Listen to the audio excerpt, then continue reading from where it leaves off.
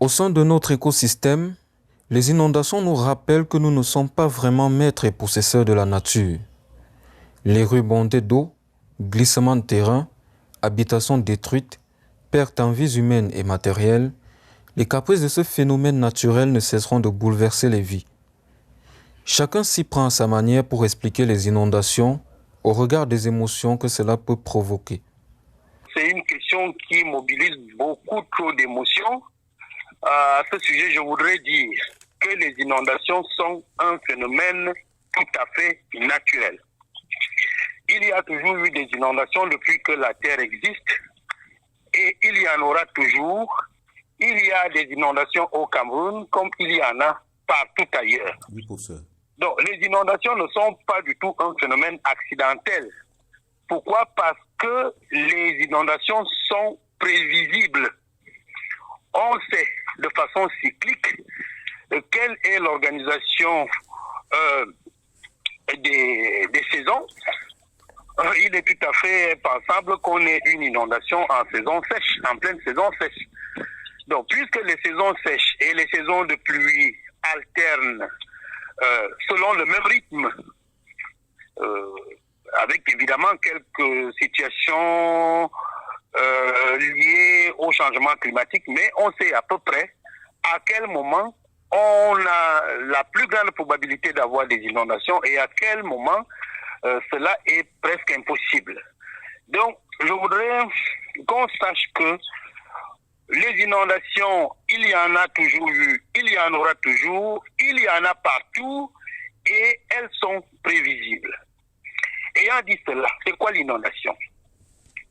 L'inondation survient lorsque l'eau sort de sa canalisation de ruissellement.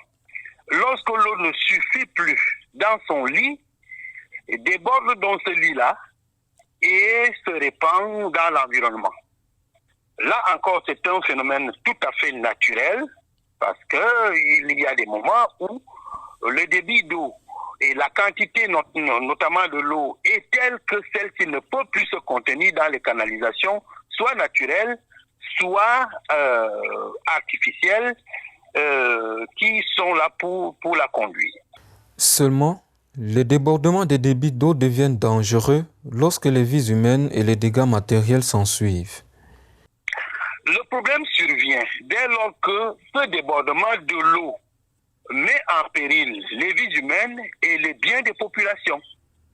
Parce que la même inondation qui vient de se produire à Yaoundé, elle peut bien se produire dans la forêt de l'Amazonie ou bien dans n'importe quel bassin forestier, que ça ne dérangerait personne. Ça dérange à partir du moment où les vies humaines sont menacées, à partir du moment où les biens des gens sont menacés.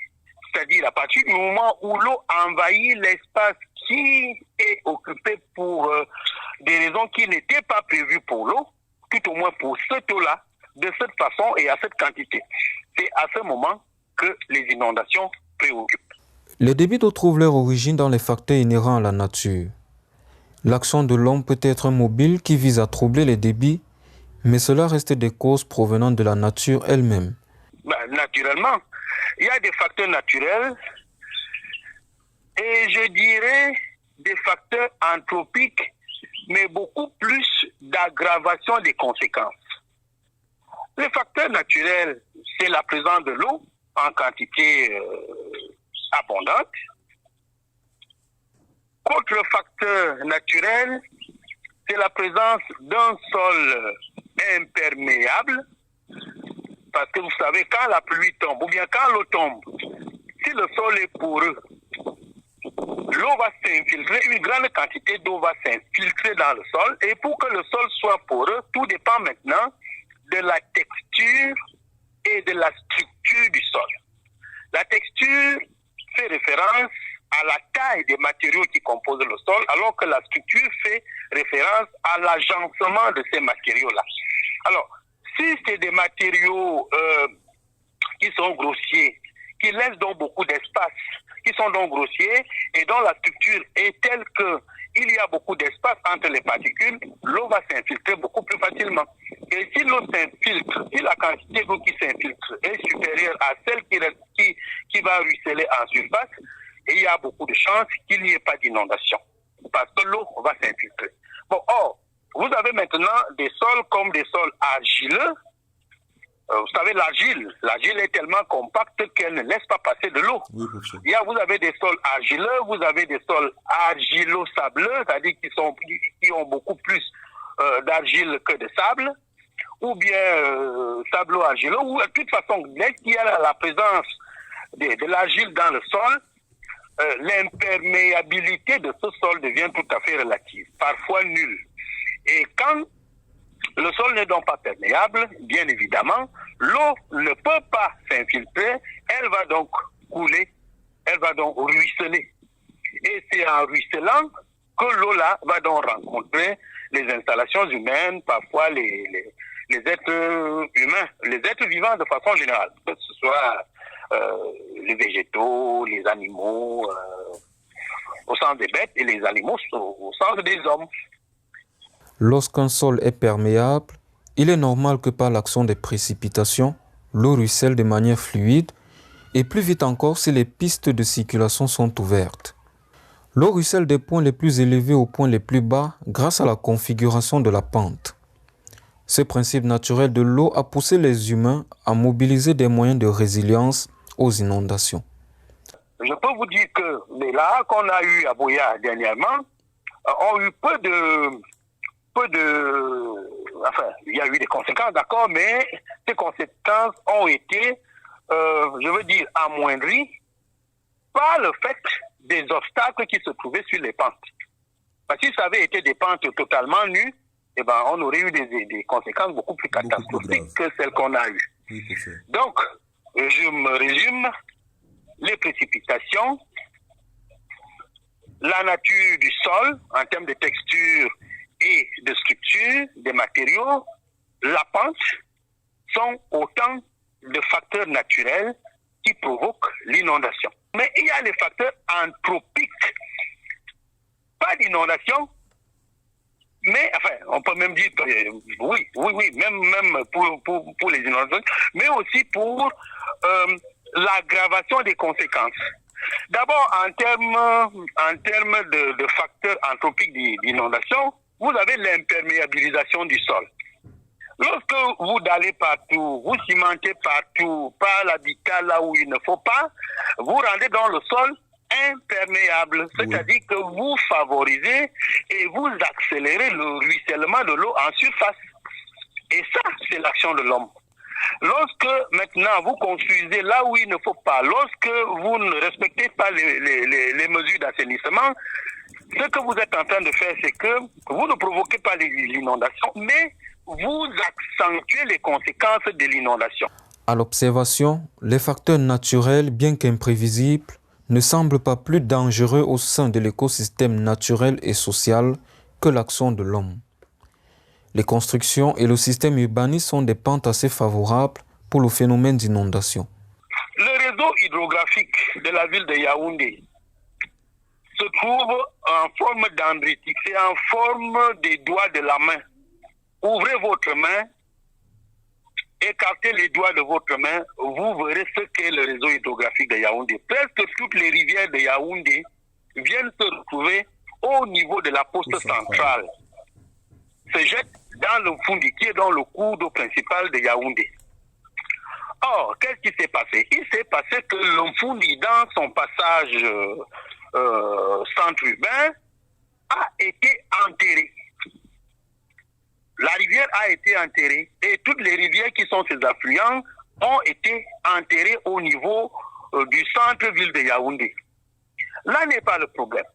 Le problème maintenant, c'est quoi? Le problème, c'est que ces canalisations ne semblent pas avoir été faites avec des calibres qui permettent le passage rapide de l'eau quand le niveau augmente. La deuxième chose, c'est l'incivisme des populations. Vous voyez bien que le marché de la Cité Verte, le marché du Mfundi, le marché de Melen, tous ces marchés-là, au niveau de tous ces marchés, les gens jettent les ordures solides, les déchets solides, directement dans l'eau. Et quand ces ordures-là, qui comprennent des plastiques, des matières en plastique qui sont, comme vous le savez, donc totalement imperméables. Eh bien, quand tous ces ordures solides, tous ces déchets solides viennent obstruer les canalisations souterraines où les rivières ont été enterrées, vous n'avez pas d'autre, il n'y a pas d'autre possibilité. L'eau ne pouvant plus passer dans les canalisations, elle sort en surface. Tout simplement, elle sort en surface. Et il ne faut pas aller chercher loin les problèmes d'inondation de Yaoundé. On a enterré les villes, les ruisseaux, les rivières de Yaoundé là où il ne le fallait pas. Difficile de faire comprendre aux citoyens qui jettent l'ordure dans la rivière affluant vers le centre que ce dernier est le premier responsable de la montée incessante des inondations en saison de pluie. Que la solution des inondations de Yaoundé, solution définitive, c'est de déterrer les cours d'eau de Yaoundé. Ensuite, quel mal est-ce que ça ferait? Quel mal est-ce que ça ferait? Ce serait le centre-ville ne doit pas être que du béton, surtout lorsqu'il s'agit d'enterrer les cours d'eau. Quel mal ça ferait? Vous allez à Paris, tous les ponts de Paris là, ça embellit la ville. On voit l'eau, on voit les ponts pour enjamber l'eau, sans problème. Vous allez à Venise, on vit carrément dans l'eau. Vous allez à Montréal avec le fleuve Saint-Laurent. Quel est le mal? Il faut déterrer. Je pense qu'il faut déterrer les cours d'eau du centre-ville de Yaoundé pour en faire un espace de flânerie. Bon, évidemment, ça coûtera plus cher ça coûtera cher parce que il va falloir construire des ponts. Et bon, mais qu'est-ce que ça vaut de construire des ponts lorsque on veut rendre la ville belle, lorsqu'on veut sécuriser les vies, lorsqu'on veut résoudre des problèmes, des catastrophes naturelles. Être moins en danger. Voilà. Oui. Donc, ou alors, on prend des mesures beaucoup plus drastiques en termes de gestion d'hygiène, en termes de gestion des ordures, avec tous les grincements de dents que cela va susciter. Le Camerounais qui jette une bouteille vide depuis le quartier Mélène ne réalise pas que cette bouteille échoue sur les rives du quartier Coron de la même ville. L'incivisme ajouté au principe naturel de l'eau obstrue alors la communication normale entre les points d'eau qui, en cherchant son passage, va monter en surface et bienvenue aux inondations sans cesse croissantes.